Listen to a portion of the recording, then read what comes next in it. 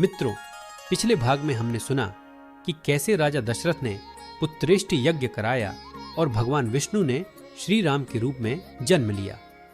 आज हम इस श्रृंखला का तीसरा भाग सुनेंगे, ऋषि विश्वामित्र का आगमन और श्री राम लक्ष्मण का पहला पराक्रम। अयोध्या नगरी में जब राम, लक्ष्मण, भरत और शत्रुघ्न बड़े हो रहे थे, तभी एक दिन राजसभा में एक महान ऋषि का आगमन हुआ। उनका तेज इतना प्रखर था कि सभा का वातावरण प्रकाश से भर गया। वे थे महामुनि विश्वामित्र। राजा दशरथ उठकर उनके चरणों में नतमस्तक हुए और कहा, गुरुवर, आपका आगमन हमारे लिए सौभाग्य है। कृपया आदेश दें कि हम आपकी किस प्रकार सेवा कर सकते हैं। ऋषि विश्वामित्र ने कहा, राजन, मैं एक महत्वपूर्ण यज्ञ कर रहा हूँ, जिसका उद्देश्य देवताओं को प्रसन्न कर धर्म की रक्षा करना है।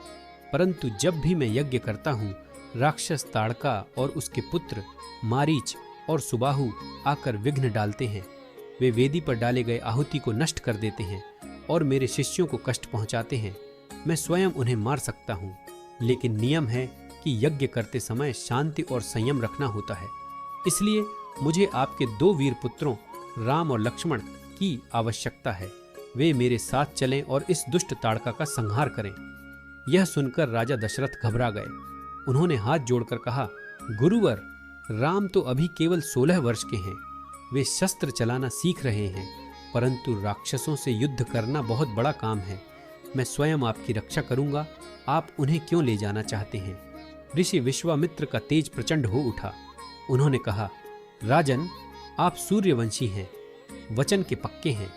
यदि आप अपनी संतान की रक्षा में वचन तोड़ेंगे तो यह आपके कुल के लिए उचित नहीं होगा।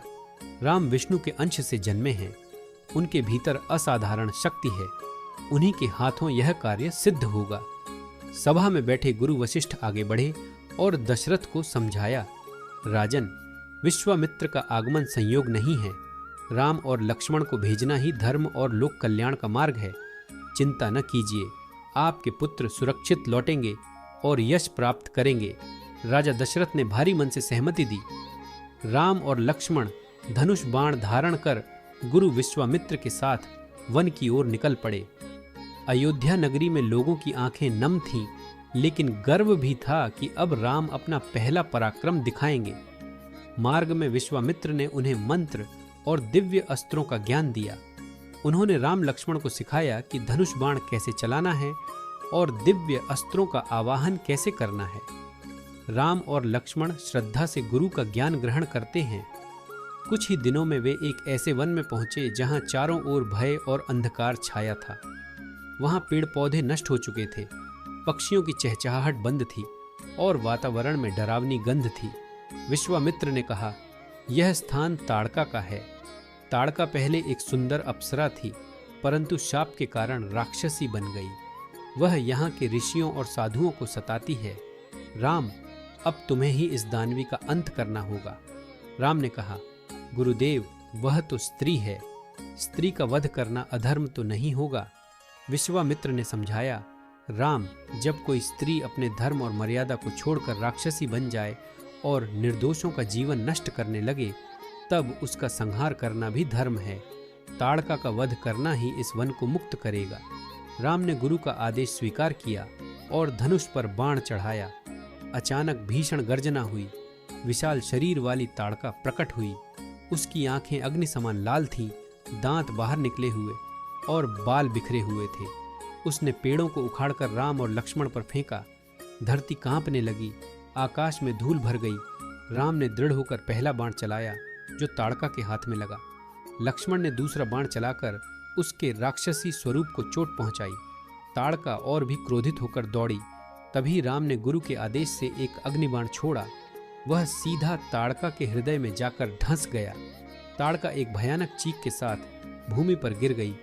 वन में शांति छा गई। पक्षियों ने फिर से गाना शुरू किया। ऋषि मुनियों ने प्रसन्न होकर कहा, जय श्री राम, अब यह वन सुरक्षित हो गया। मित्रों, इस प्रसंग से हमें शिक्षा मिलती है कि धर्म की रक्षा के लिए कभी कभी कठोर निर्णय लेना आवश्यक होता है। राम ने यह सिद्ध कर दिया कि धर्म केवल करुणा और दया का नाम नहीं है, बल्कि अधर्म का संहार भी धर्म का ही अंग है। तो मित्रों, यह था रामायण कथा का तीसरा भाग, ऋषि विश्वामित्र का आगमन और ताड़का वध। अगले भाग में हम सुनेंगे राम और लक्ष्मण का मारीच और सुबाहु से युद्ध तथा विश्वामित्र के साथ मिथिला की यात्रा। धन्यवाद।